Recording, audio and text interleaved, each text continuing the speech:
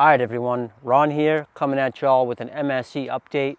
Y'all have been asking through Instagram for an update.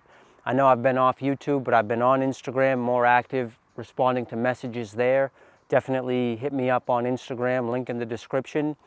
But people for a while now have been asking me to give an update, and I want to do that right now. So last you heard from me was in December, and at that time I posted a video about AGA and about the truth about AGA and about how dangerous that appliance is for adults, and I stand by that 100%. Stand by that video 1,000%. In fact, since then, I've only come to know more people who have had issues with AGA, including one woman in particular, who's had a very severe negative outcome with AGA, where she's gonna have to have 4 front teeth extracted as a result of the damage done by the AGA pushing those teeth in an unhealthy way. In terms of my case, last you heard about me was that I was set to have SFOT in January with Dr. Michael Curry in Arkansas. Now that didn't happen because when I arrived at Michael Curry's office and he gave me a physical examination and he looked at my upper front teeth, he aborted mission immediately. He was just like, whoa, can't touch that. Can't flap those gums. I don't want my name anywhere on this.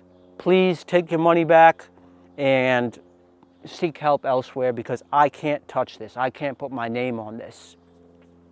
It was at that point that I really realized how bad my upper front teeth were. I mean, I knew they were bad because I was going to have them surgically, augmented by the SFOT so that I could continue on with my orthodontics. Now, the SFOT was also supposed to augment other parts and do the corticotomies and facilitate the rapid expansion with the Invisalign.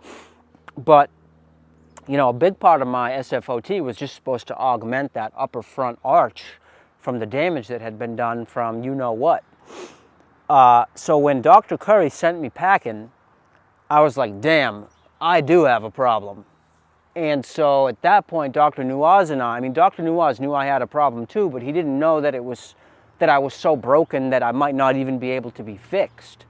I mean, Dr. Curry didn't want to operate on me because he didn't want to flap my gums, which would mean cutting off the blood supply to my upper front teeth, because that blood supply might be all that's keeping them alive right now, and cutting that off could put them further at risk. So the idea was maybe it's best to just do nothing, which would leave me in a situation where I had mobile, which means wobbly upper front teeth, an inability to move them orthodontically, and the risk of them falling out if I accidentally bite into a chicken bone or something.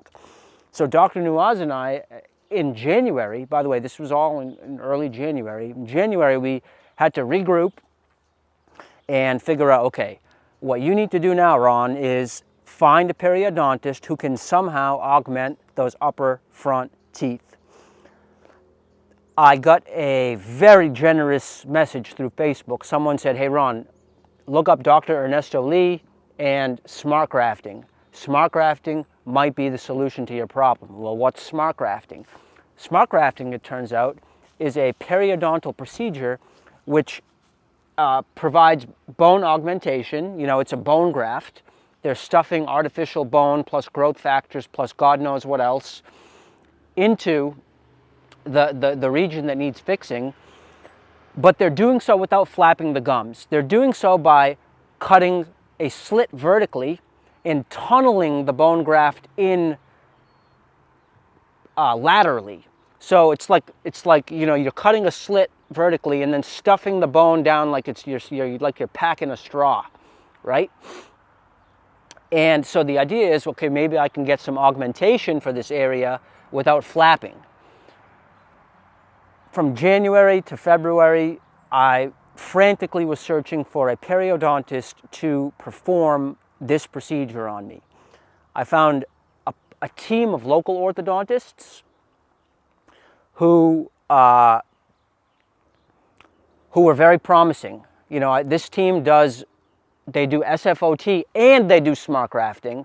So they looked at my case and they said, yeah, we can probably do a smart graft here.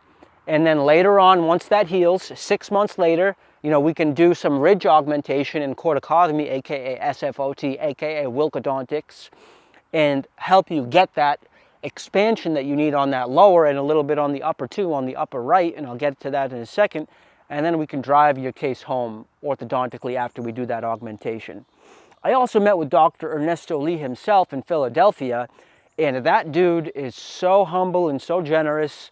And if he ever sees this video, Dr. Ernesto Lee, thank you for that amazing consult that we had in Bryn Mawr, Pennsylvania in early March. He also gave me some fantastic advice.